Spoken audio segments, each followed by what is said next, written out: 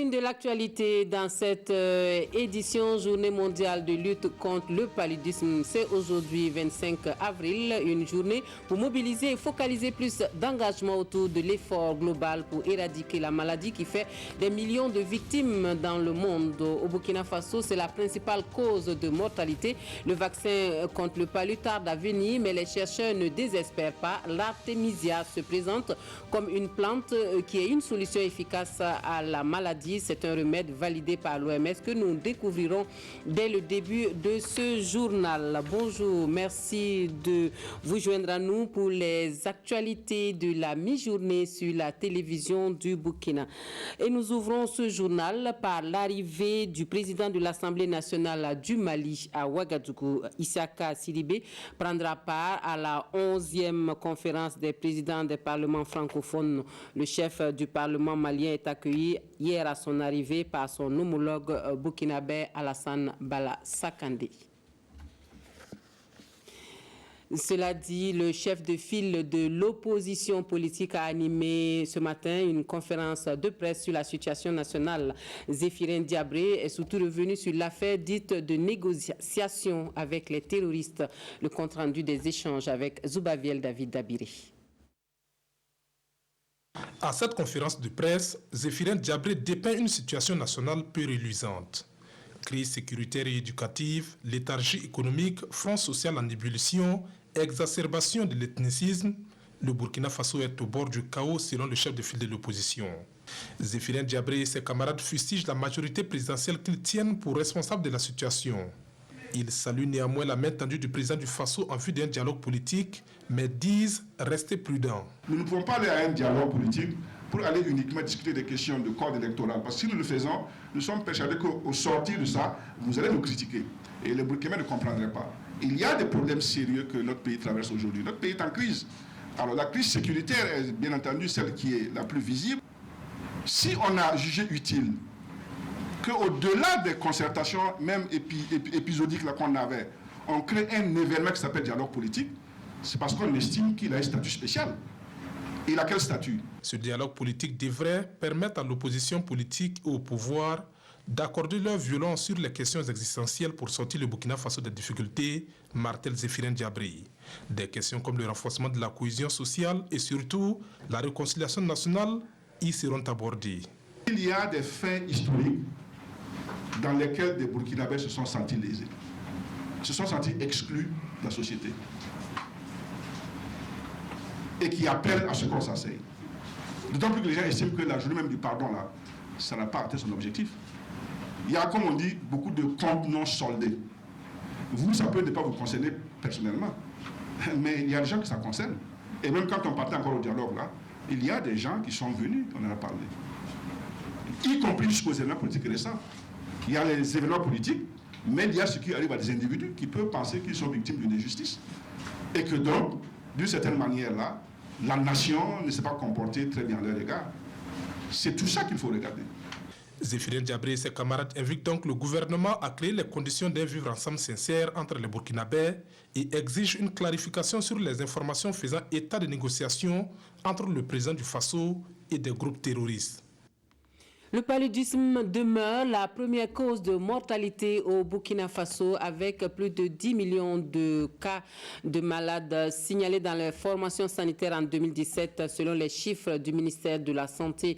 Elle est la première cause de consultation, une préoccupation pour les acteurs de la lutte contre le paludisme qui peuvent heureusement compter sur la recherche pour trouver le remède approprié. Depuis une dizaine d'années, l'artémisia permet de soigner efficacement le paludisme. Son efficacité est approuvée par les recherches réalisées en République démocratique du Congo et validée par l'OMS. Selon les spécialistes burkinabés, l'éradication du palu pourrait venir de cette plante que nous découvrons avec Siela Sina Ouattara et Ismaël Diloma Sirima. Cette plante s'appelle l'artémisia. Grâce à elle, une personne atteinte de paludisme guérit en 3 jours.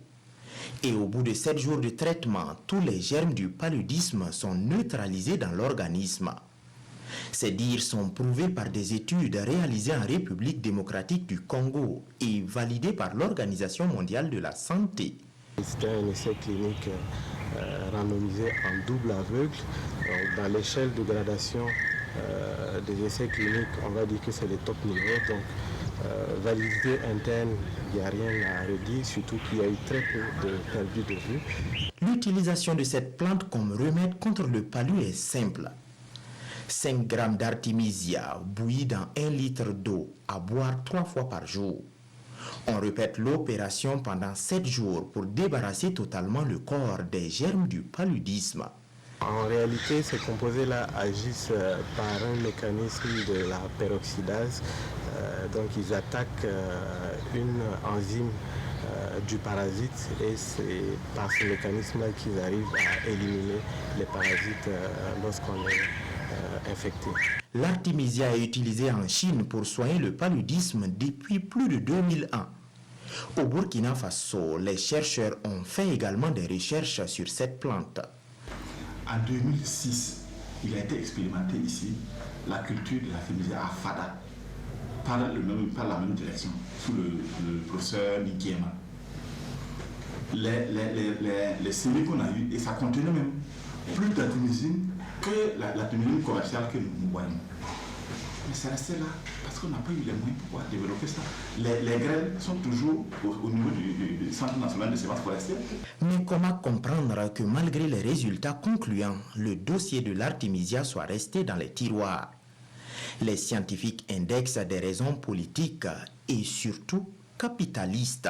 Mais en attendant que les autorités se décident, un Français devenu burkinabé grâce à sa femme tente de vulgariser l'artémisia au Burkina Faso. Et cet hectare de culture va permettre de soigner 150 000 personnes. C'est-à-dire 150 000 cas de palu vont pouvoir être soignés. C'est vous dire tout l'intérêt, quoi. Avec quelques centaines d'hectares, au Burkina, on peut éradiquer le palu. Jean-Claude Le Goupil pense qu'il est temps d'adopter des politiques courageuses pour en finir totalement avec le paludisme qui a touché plus de 10 millions de Burkinabés pour la seule année de 2017. On parle également de synergie d'action avec les acteurs de la lutte contre les crimes économiques et financiers qui sont déterminés à conjuguer leurs efforts dans le traitement des dossiers de fraude et de corruption qui, on le sait, nécessitent une synergie d'action entre les différentes structures intervenant et les magistrats. Une rencontre a lieu à Zignaré en vue de créer les conditions pour une meilleure collaboration entre acteurs et instances de contrôle dans la répression de ces crimes. L'ouverture de la réunion avec Gérald Sommet et Mounira Kéri. Les acteurs intervenant dans la lutte contre la fraude et la corruption et les inspections générales des services échangent avec les magistrats des pôles économiques et financiers et autres agents du ministère de la Justice. Ils ambitionnent mettre en place un système d'information efficace, un réseau d'alerte basé sur une collaboration franche afin d'accroître leur performance en matière de lutte contre les crimes économiques et financiers. Le ministère de la Justice veut créer un cadre d'échange entre les acteurs de lutte contre la corruption et cette action s'inscrit en parfaite ligne avec la vision du PJPC. L'ASE, LC, le RENLAC, l'ARCOP, la Brigade nationale anti-fraude de l'or, la cellule nationale de traitement des informations financières et les inspections générales des services sont toutes des structures qui fonctionnent de façon individuelle et autonome.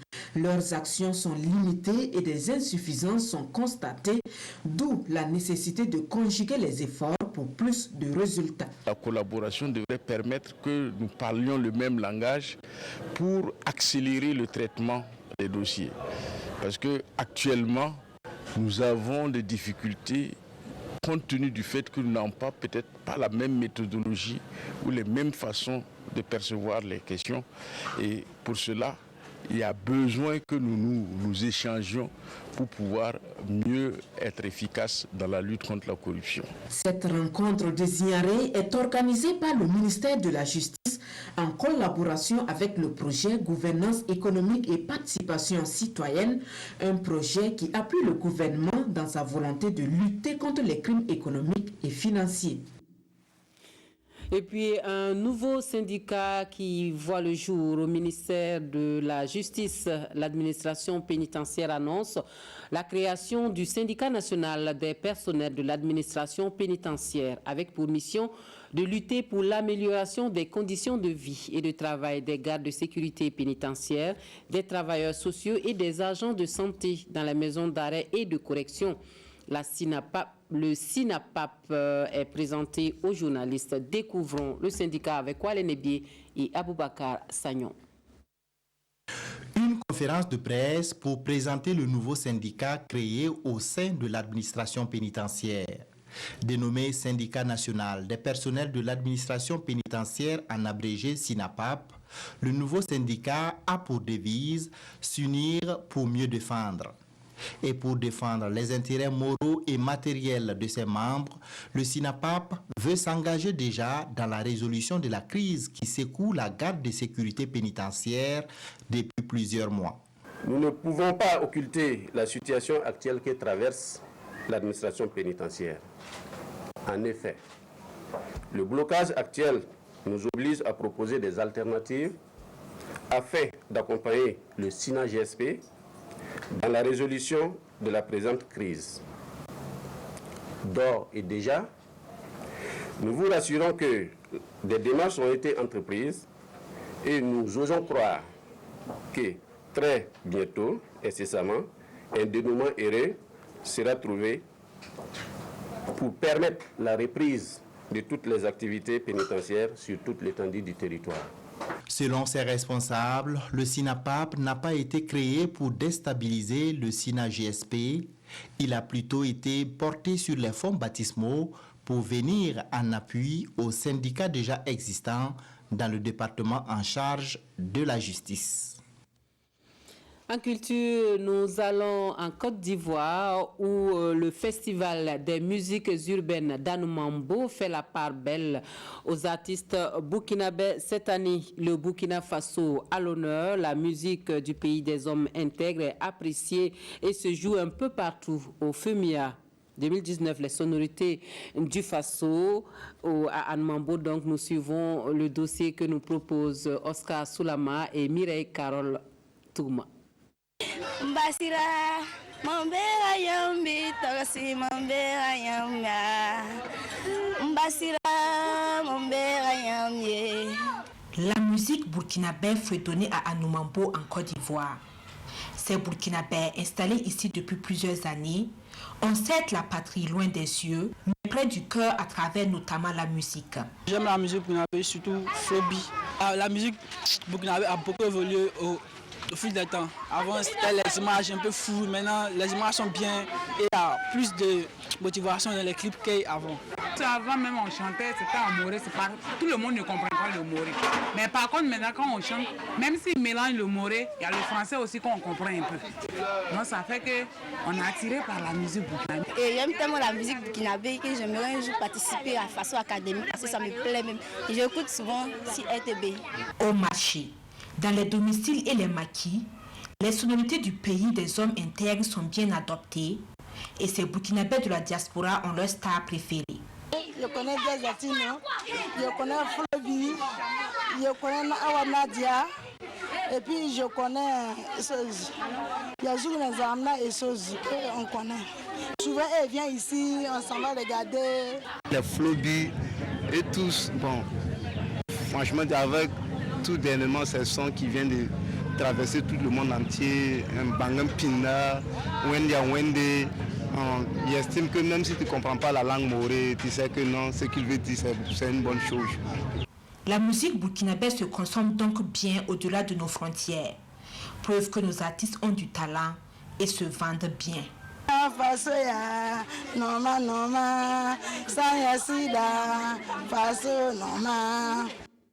Les sportifs burkinabés qui ont également du talent. Nous parlons football avec l'USFA qui se qualifie pour les demi-finales de la Coupe du Faso au terme d'une rencontre ponctuée par un match nul à l'issue du temps réglementaire. L'équipe militaire arrache son ticket in extremis devant le Majestic Sporting Club au stade régional de Manga. Rasmane Zundi, Lassina Savadogo pour les temps forts de la rencontre. C'est un scénario digne des séries de buts les plus épiques. Une séance renversante, inédite et interdite aux cardiaques. Au finish, c'est l'USFA qui arrache son ticket pour le dernier carré de la Coupe du Faso.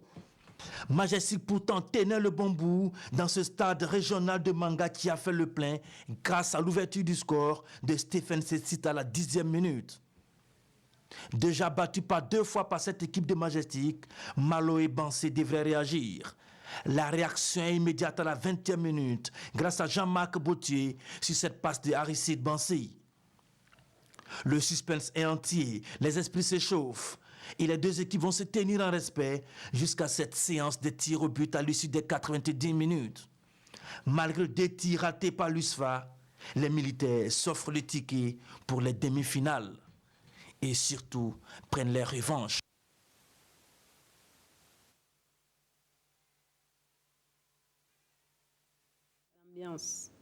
Voilà, et l'accord signé entre le gouvernement et la coordination des syndicats du ministère de l'économie et des finances intrigue les journaux du jour et fait l'objet d'énormes supputations. La revue de presse est signée Aimé Solange Guigma. Accord gouvernement-syndicat du ministère de l'économie, dites-nous c'est quoi le contenu de votre accord, titre l'Express du Faso. Pour sûr, le fonds commun rebaptisé prime de motivation indique le quotidien. L'observateur Palga, lui, a appris que le plafonnement du fonds commun est passé de 25% à 32% et que des négociations seraient ouvertes avec les banques pour un rééchelonnement des crédits contractés sur la base de ce fonds. Voici donc ce que le gouvernement consent d'après Sidoya. Les agents de catégorie A se verront servir une prime de 900 000 francs CFA tous les 3 mois, soit 3 600 000 par an. Les agents de catégorie B, 700 000 francs, soit 2 800 l'année. Ceux de catégorie C, 600 000 francs, soit 2 400 000 francs l'année. Et les catégories D et E s'en sortent avec 400 000 francs par trimestre, soit 1 600 000 francs l'année. À en croire le chef du département de l'économie et des finances, cette mesure est le fruit d'un décret portant réglementation de la prime de motivation adopté en Conseil de ministres hier mercredi 24 avril 2019, relève aujourd'hui au Faso. Un ouf de soulagement constaté chez les usagers des services du Minefid par le journal Le Pays. Mais fallait-il vraiment perdre tout ce temps, crouler des entreprises, mettre en conflit des partenaires, freiner l'élan de plusieurs investisseurs avant de trouver cet accord, se demande bien le quotidien. Si ce n'est pas du cynisme, ça y ressemble vraiment, martèle-t-il. Quoi qu'il en soit, l'Express du Faso espère seulement que cet accord sera le bon et le dernier et mettra fin à tous ces mouvements dans les services financiers qui paralysent fortement l'activité économique nationale. Mais pour éviter toute suspicion, rétorque le quotidien d'État, il est important de communiquer autour de la question, de l'élargir aux autres acteurs de la société, car informer l'opinion des conditions dans lesquelles les négociations ont été menées et ce à quoi elles ont abouti est aussi important que dénouer une crise, conclut ce journal. Avant de refermer ce journal, ce communiqué à l'occasion de la cérémonie officielle de la 21e édition de la Journée nationale du paysan JNP, placée sous le très haut patronage de son Excellence Monsieur le Président du Faso, Président du Conseil des ministres, la Direction générale du protocole d'État convie les personnalités invitées le vendredi 26 avril 2019 à partir de 8h sur le site aménagé du lycée de Bafouji, province du Poni, région du sud-ouest. Leur limite d'arrivée est fixée à 9h30. C'est signé le directeur général du protocole d'État, ambassadeur Raymond Mbalima. Fin de ce journal. Merci de nous avoir reçus chez vous. Très bon après-midi à tous.